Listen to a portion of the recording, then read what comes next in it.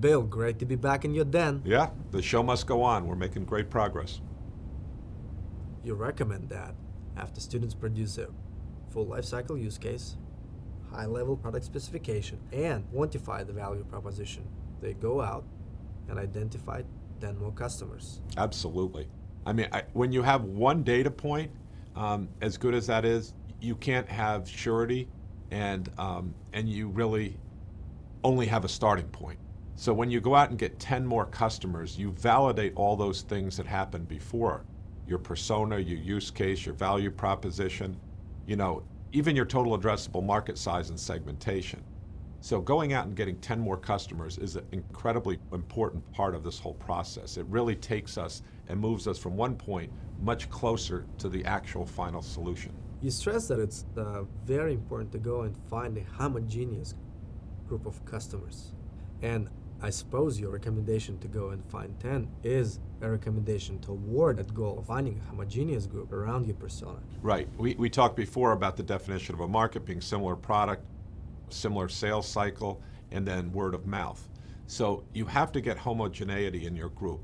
And we can think we have it when we find someone, but when we have 10 more customers, we actually have to do it. We have to look at those 10 customers and see if they really all look the same and they look like our persona.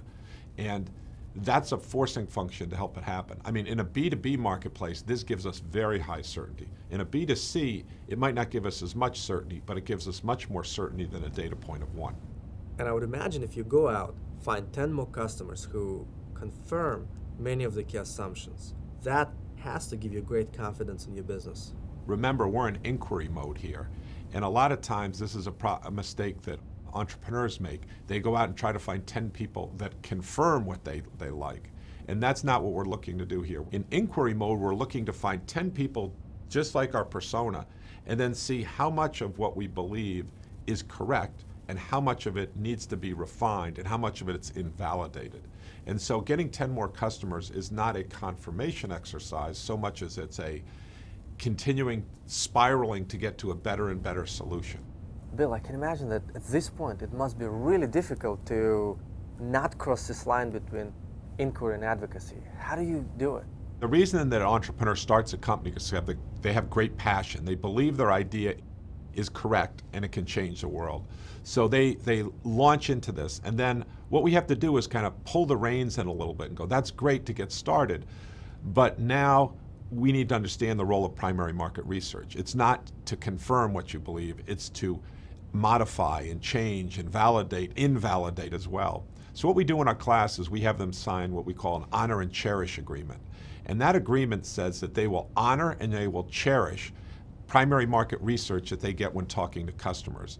If that data, if that information leads them someplace else, they must follow it. Again, the customer's not designing your product, but by understanding them, you'll understand what works and what doesn't work. So that's a fundamental part of the process. You must stay in inquiry mode, not jump into advocacy mode. I also think that's why it's important to work in teams, because you can balance each other. It's very hard for people to see their own biases. If you just look at parents looking at their own child, they don't understand their biases. Or if you ask someone to correct their own homework, they're very poor at that. So it's very good to get two perspectives to keep each other honest on that. And again, reaffirm up front that we are in inquiry mode, and primary market research is not to just confirm, but to refine and validate and invalidate, more importantly. Now, Steve Jobs used to say that it's not always a good idea to listen to the customer. You gotta be running ahead of the customer and actually telling the customer what the customer wants. What's your perspective on this? The job of the customer is not to define the product. That's your job. But your job is to understand the customer.